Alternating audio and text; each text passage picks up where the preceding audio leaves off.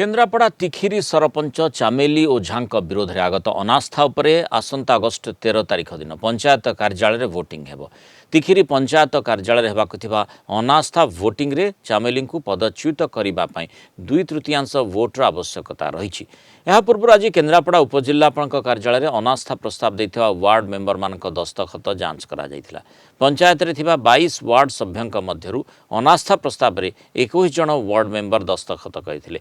सेमानक मध्यरु आज दस्तखत जांच बेले 20 जन वार्ड मेंबर उपस्थित थिले। स्वास्थ्यगत कारणरू जड़े वार्ड मेंबर अनुपस्थित थिबा कुहा जायछि।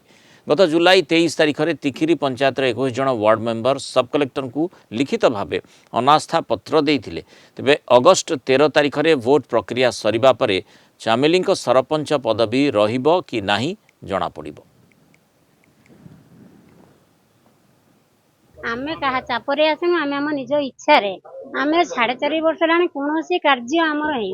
आमे वार्ड मेंबर गोटे कोनोसी गोटे पुलिस सभा हो कि ग्राम सभा कोनोसी मीटिंग अटेंड होउने हम खाली आसो सिग्नेचर दियो जाओ सेमती किछि भी नाही। पियन रहिचनी आसुचनी हमठु दस्तखत नै पळै जाउछन्ती नै आगुर भी दिया हेइची आगुर भी आज्ञा किंतु आमे जो मिसिकर देइथिलु कि कोनोसी कार्यकारी हेइलानी। अच्छा देखिए पंचायत सरपंच कौन काम करना खाली बाहा बाहर नौ आम से पूर्व आम 4 मास पूर्व विडो को कम्प्लेन देलु आम से कम्प्लेन जो देलु से कम्प्लेन कौन कार्यकारी है आड़ कर सरपंच भुवनेश्वर दिल्ली सब बुलून आम खोजू आम सिग्नेचर भेरिफिकेशन कर आम आसु आज 21 जन अल्दो पिटिशन 21 जन का आज 20 जन उपस्थित होते जनकर किसी प्रेगनेंसी एक्सपीरियंस उपस्थित नहीं पारे।